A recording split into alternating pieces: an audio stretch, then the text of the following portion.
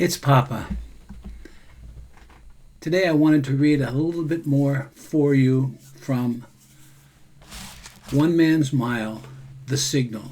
Remember, we had just learned about Alex, an old gentleman who lived on Moose Factory Island who was helping to dig a basement under the church parish hall. He had just announced that he was going to go across the river to visit his cabin.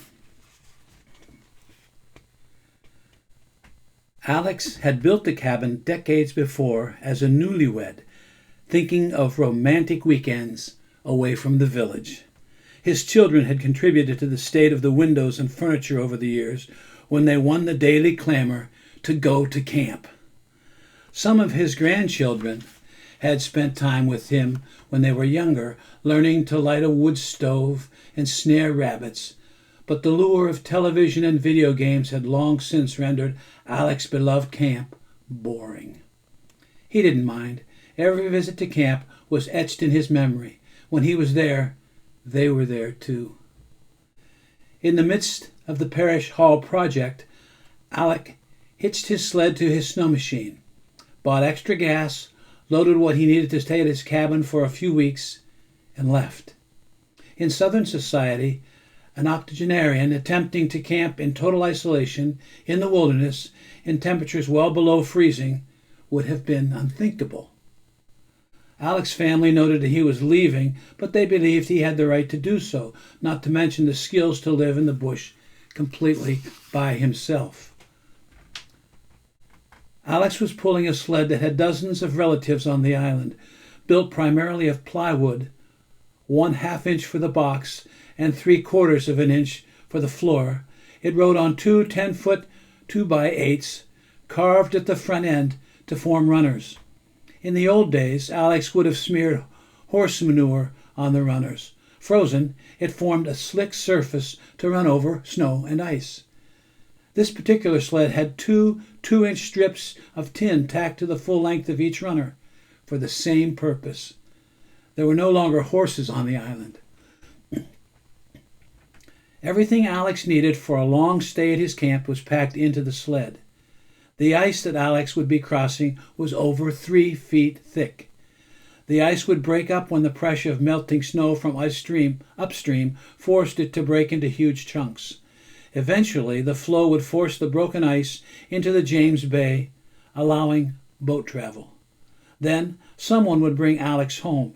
He would simply leave his snow machine at the camp until the river froze over again.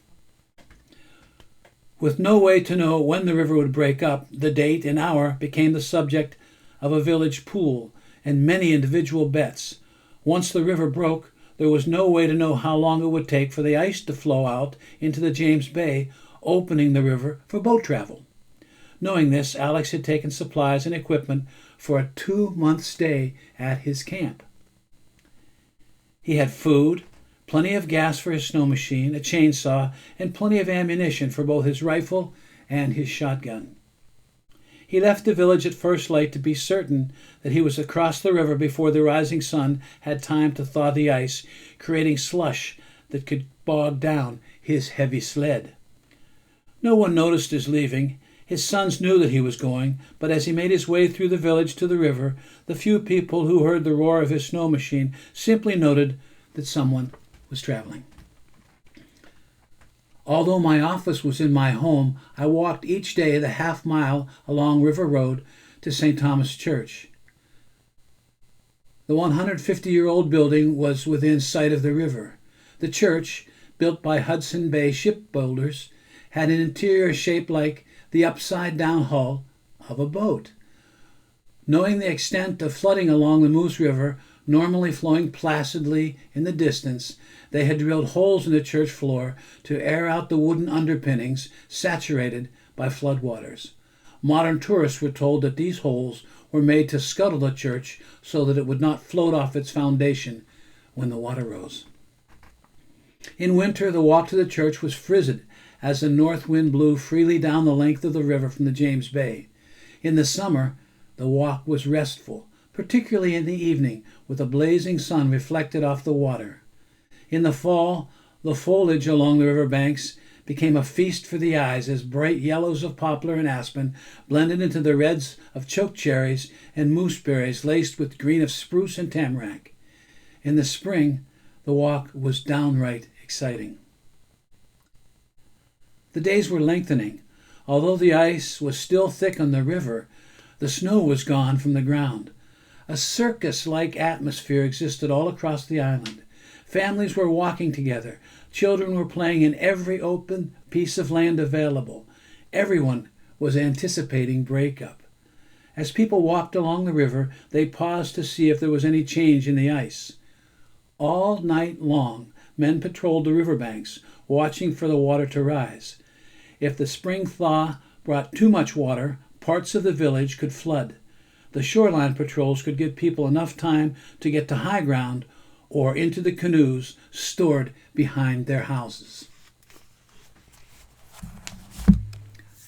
I hope you're enjoying reading about Alex and his camp.